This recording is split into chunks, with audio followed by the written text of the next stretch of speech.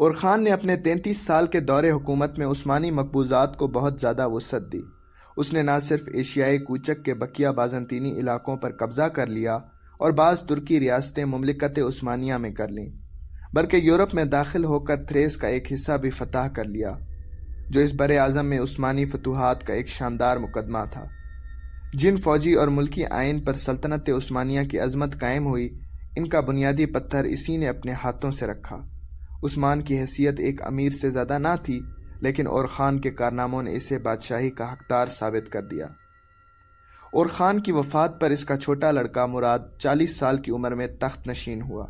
اس میں ملک گیری اور حکمرانی کی وہ تمام خصوصیات موجود تھیں جو آل عثمان کے ابتدائی فرما رواؤں کا ترہ امتیاز تھیں۔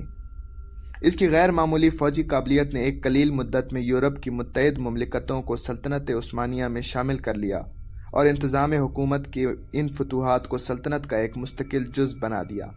اور خان نے اپنے عہد میں سلطنت کو بہت کچھ وسعت دی تھی، لیکن اناطولیہ کی بعض ترکی ریاستیں رقبے میں اب بھی اس سے بڑھی ہوئی تھیں۔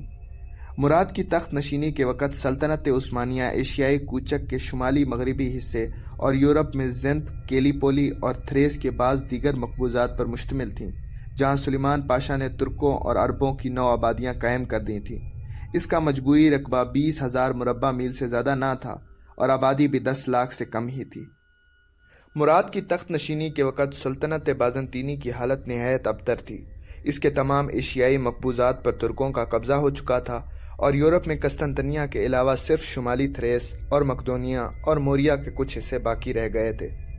باہمی عداوتوں کے باعث ابتدا میں کوئی عیسائی حکومت ترکوں کے مقابلے میں اس کی مدد کے لیے آمادہ نہ ہوئی۔ یہ سلطنت بلا شبہ ایک مسیحی سلطنت تھی اور ترکوں کا حملہ مذہبی نقطہ نظر سے نہایت خطرناک تھا، لیکن یورپ میں محاربات صلیبی کی قدیم روح تقریباً فنا ہو چکی تھی اور یونانی اور لاطینی کلیساؤں کی شدید مخاصمت نے اتحاد عمل کے لیے بہت کم گنجائش باقی رکھی تھی۔ ان حالات میں مراد نے در دانیال کو عبور کر کے ایک زبردست فوج کے ساتھ تھریس میں قدم رکھا اور سب سے پہلے قلعہ شورلو پر قبضہ کیا، جو قسطنطنیہ سے صرف 5 میل کے فاصلے پر واقع تھا۔ اس کے بعد دوسرا قلعہ کرک کلیسے فتح ہوا۔ 1363 میں اس کے بابا کے مقام پر بازنطینیوں کے ساتھ ایک سخت معرکہ پیش آیا، جس میں مراد نے انہیں بری طرح شکست دی۔ نتیجہ یہ ہوا کہ انہوں نے فوراً ہتھیار ڈال دیے اور تقریباً تمام تھریس مراد کے قبضے میں آ گیا۔ اس کے بعد عثمانی جنرل لالا شاہین نے بلغاریہ میں داخل ہو کر فلپوپولس کو فتح کر لیا، جو کہ کوہ بلقان کے جنوب میں سلطنت بازنطینی کا مقبوضہ تھا، اور شہنشاہ قسطنطنیہ کو مجبور ہو کر مراد سے صلح کرنی پڑی۔ معاہدہ یہ تھا کہ تھریس کے جو علاقے اس کے ہاتھ سے نکل گئے ہیں، انہیں دوبارہ حاصل کرنے کی کوشش نہ کرے گا، عثمانیوں کے آئندہ حملوں میں سرویا اور بلغاریہ کو مدد نہ دے گا، اور اناطولیہ کے ترکی امراء کے مقابلے میں مراد کی اعانت کرے گا۔ اس کے بعد مراد بروسا کو واپس گیا۔ یورپ میں مراد کا مقابلہ اس وقت تک صرف بازنطینیوں سے تھا، اور دوسری مسیحی حکومتوں نے ترکوں کی مدافعت میں سلطنت بازنطینی کو مطلق مدد نہیں دی تھی، یہاں تک کہ یورپ میں بھی جس نے اس سے پیشتر محاربات صلیبی کی تحریک میں اس قدر نمایاں حصہ لیا تھا، مراد کی ان فتوحات پر کسی قسم کی تشویش کا اظہار نہیں کیا، بلکہ یونانی کلیساؤں کے پیروؤں کی تباہی کو اطمینان کی نظر سے دیکھتا رہا۔ مگر اب فلپوپولس کی فتح نے معاملے کی صورت بالکل بدل دی۔ یہ شہر اگرچہ سلطنت بازنطینی کا مقبوضہ تھا، تاہم بلغاریہ میں واقع تھا۔